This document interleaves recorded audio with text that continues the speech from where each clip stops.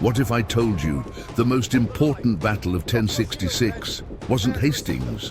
What if I told you that just 3 weeks before William the Conqueror ever stepped on English soil, the real end of the world had already happened? This is the story of 1066 you don't know. The story of a king, his traitor brother, the last true Viking, and a battle so brutal it marked the end of an entire era.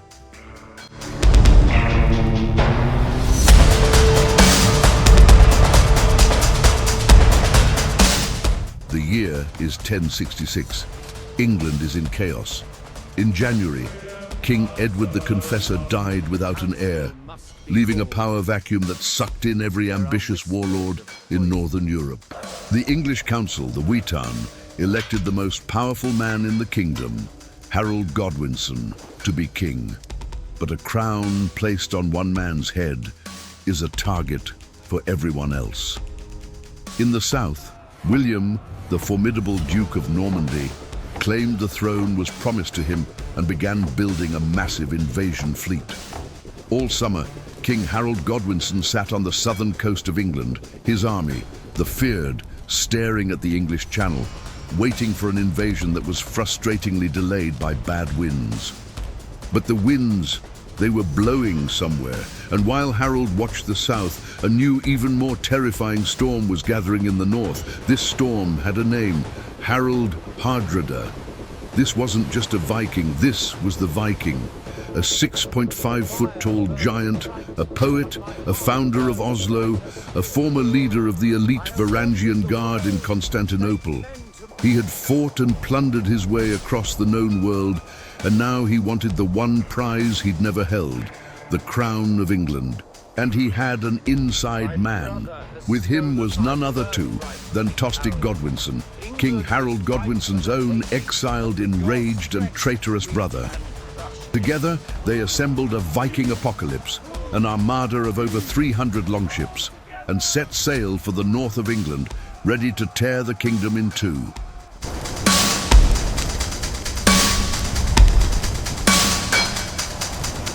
The northern storm broke first. In mid-September, Hardrada and Tostig sailed their massive fleet up the River Ouse, landing just south of the city of York, the northern capital. The local earls, Edwin and Morcar, were brave. They gathered what forces they could and met the Vikings at a place called Fulford Gate. It was a slaughter. The young, inexperienced English levies were no match for thousands of battle-hardened Viking mercenaries. The English shield wall broke and the Vikings rampaged over the field, securing the north. The city of York, seeing the inevitable, surrendered and agreed to provide hostages and supplies to Hardrada. The Vikings, victorious, pulled back a few miles to a river crossing called Stamford Bridge to wait for their tribute. They were confident, arrogant, and dangerously relaxed.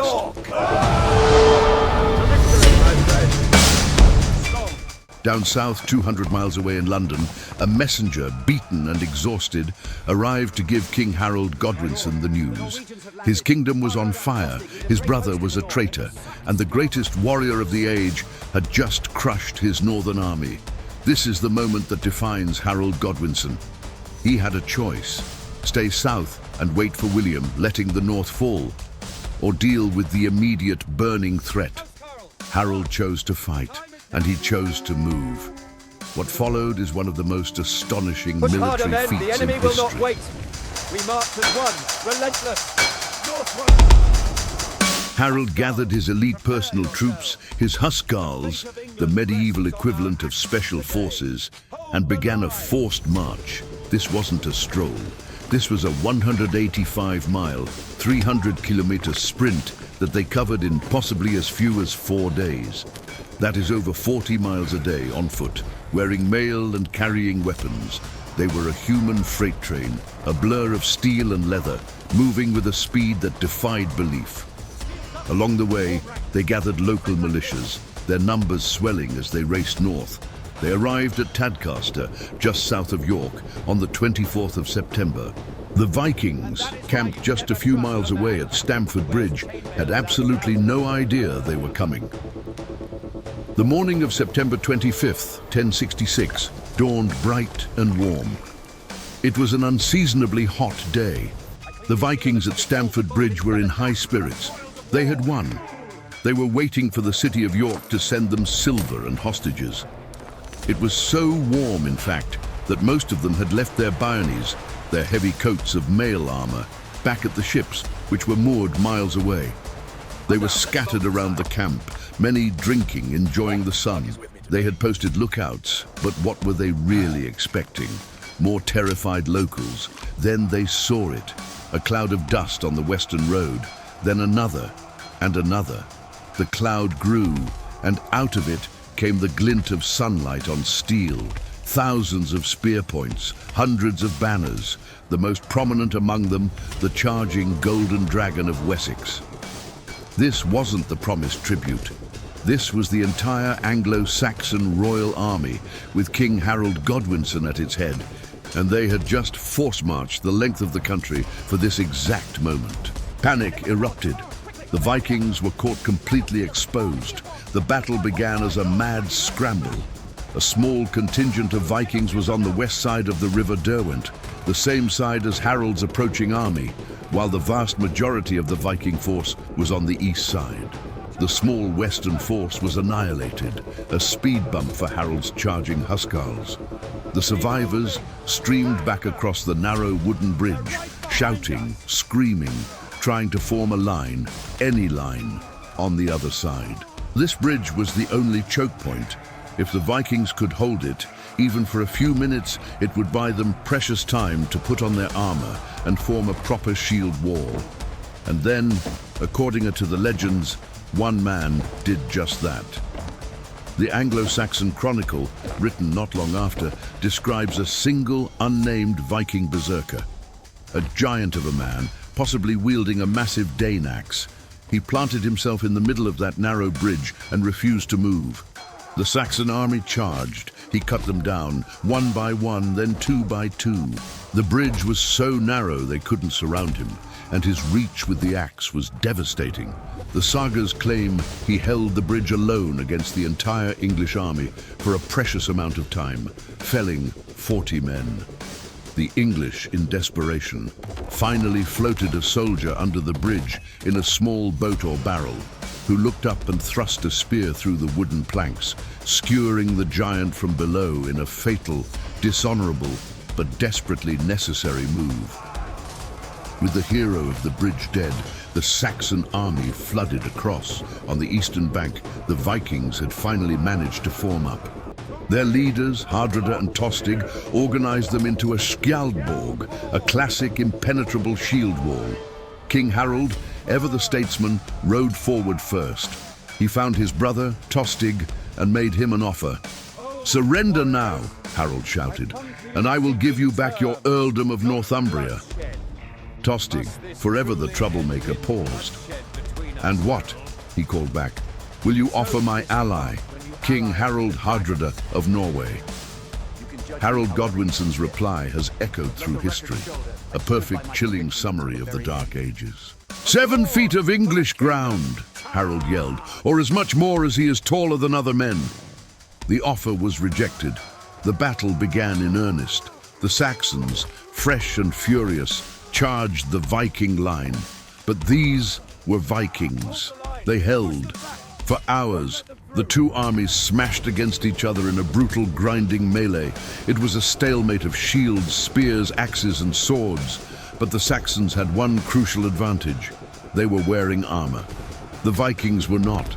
And the Saxon Huscarls were perhaps the finest heavy infantry in Europe. The first to fall was the Viking king himself. Harald Hardrada, fighting like a man possessed at the front of his line, raging like a true berserker, suddenly staggered. An English arrow had found its mark, striking him in the throat. The last great Viking warlord fell, choking on his own blood in a foreign field. It was over. But Tostig Godwinson, the traitor brother, wasn't done. He grabbed the fallen Norwegian banner, Land Waster, and took his king's place. The battle raged on. Harold, seeing his brother, reportedly tried to call for his men to spare him, but it was too late. The battle was too chaotic. Tostig Godwinson was cut down, and the Viking shield wall, now leaderless and exhausted, finally shattered. What followed was not a retreat, it was a rout. The Saxons, enraged, gave no quarter. They hunted the Vikings down, pushing them back towards their ships at Rickhall, miles away. Many Vikings drowned in the river trying to escape. It was a total, complete and catastrophic annihilation. Of the 300 ships that had brought the Viking army to England, the survivors, those who had been left guarding the ships, needed only 24 to carry the broken remnants home. The great Viking invasion was over.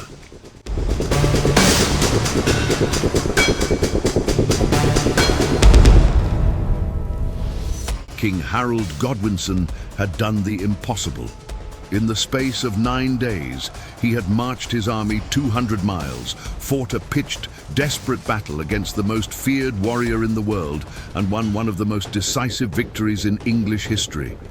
He had defeated his traitor brother and killed the last great Viking king.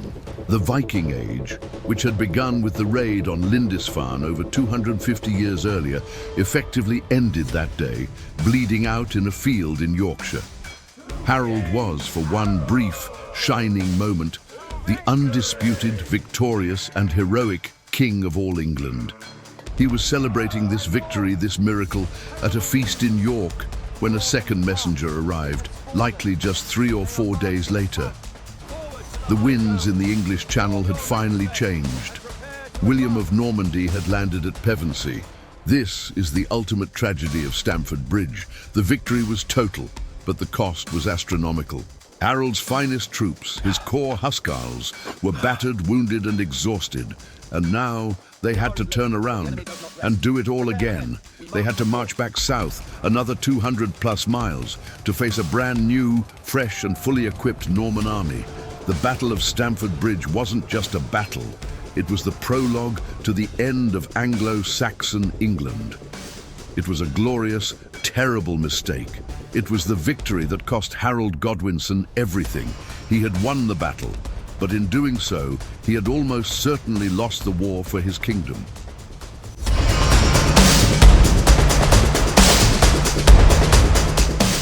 The 1066 story is so much more than just Hastings. It's a three-way war, and Stamford Bridge is its brutal, bloody heart.